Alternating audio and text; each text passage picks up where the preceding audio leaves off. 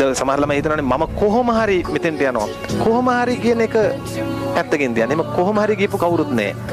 හැමෝම වර්තමානයේ හොඳට වැඩ කරලා තමයි එතෙන්ට ගියේ. එහෙනම් ඔය දරුවෝ හිතන්නේ මෙහෙම මම වැඩ කළොත් මං එතෙන්ට යනවා.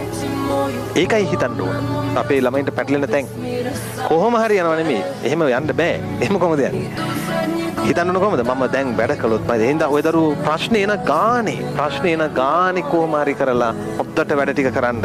මේක වලගේ අයියෙක් අක්කෙක් ඉන්නවා නම් ඒගොල්ලන්ට කියන්න. ඒගොල්ලෝ රැකියාවක් කරනවා නම් ඒගොල්ලන්ට ප්‍රශ්න තියෙනවා නම් ඒ රැකියාව හොඳට කරන්න කියලා. කරන දේ හොඳට කරන්න කියන්න. තව දෙගුණයක් මහන්සිලා වැඩ කරන්න කියන්න. අන්න එහෙම වර්තමානයේ හදද්දී අනාගතේ එන්න තියෙන ප්‍රශ්න ටික පැනලා යනවා. හැබැයි පුතා ප්‍රශ්න කියනේවා එන්න තියෙනේවා. ප්‍රශ්න කියන්නේ ඔක්කොම ආපු ඒවා නෙමෙයිනේ එන්න තියෙනේවා. එන ගානේ අරක හිතන්න. මට මේ ආවේ එක ප්‍රශ්නයක් විතරයි. තව එන්න පුළුවන්. මම මේක විසඳ ගන්න ඕනේ. විසඳගන්නේ අර ක්‍රමයට. කොහොමද? ගින්නක් එද්දී වතුර දාන්න. ගින්න නිවෙන්නේ ගින්නකින් නෙවෙයි. කවුරු හරි ඔය දරුවන්ට ඊර්ෂ්‍යාකම් කරනවා නම් ඔයාලා එයාගේ දියුණුව පතන්න. එතනින්ම ප්‍රශ්න ඉවරයි.